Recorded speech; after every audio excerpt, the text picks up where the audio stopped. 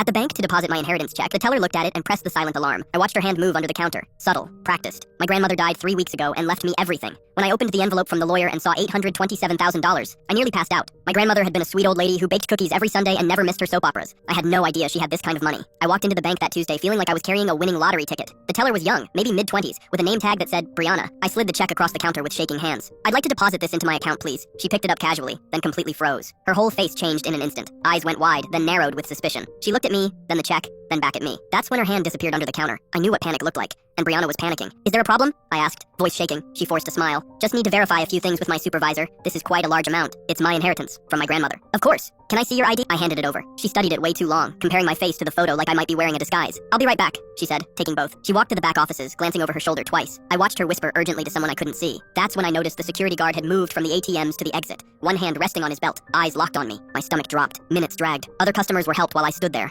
abandoned. Finally, a man in a suit emerged. Manager, mid-40s, graying temples, holding my check. "Mr. Sully, come with me." "What's going on?" "Just need to ask some questions." His tone made my palms sweat. The security guard followed us into a small office and shut the door. "Where did you get this check?" "My inheritance. My grandmother, Eleanor Sully, she died 3 weeks ago." The manager typed into his computer. His eyebrows shot up. "Your grandmother's account was closed 4 months ago." I blinked. "That's impossible. She just passed." "According to our records, Eleanor Sully closed everything in July. Withdrew it all in cash." My mind spun. "But the lawyer gave me this check last week." "Robert Whitmore." The manager turned his screen toward me. "Is this your grandmother?" I looked at the photo. Her, smiling in her purple cardigan. "Yes." His voice softened. "Mr. Sully, Eleanor Sully died 14 months ago. Not 3 weeks." The room tilted. "What?" "August, last year. Natural causes. Funeral at Riverside Chapel." "No, I was just at her funeral. I spoke at the service." "Did you attend in August?" "I didn't know about it. My Uncle Frank called me 3 weeks ago." The manager and guard exchanged a look that froze my blood. "This check is fraudulent. The account doesn't exist. Someone's scamming you." My hands started shaking. "But I went to the funeral. There was a casket. There were flowers everywhere. My whole family was there crying." "Where was this funeral held?" "A funeral home on the east side of town. I don't remember the exact name. My Uncle Frank arranged everything. Said he'd handle it because I was too upset." The manager picked up his phone. "I'm calling the police right now." I sat there frozen while he made the call, giving them the address, explaining the situation. The security guard stood by the door like I might try to run. When police arrived, I explained everything. Uncle Frank's call, the funeral,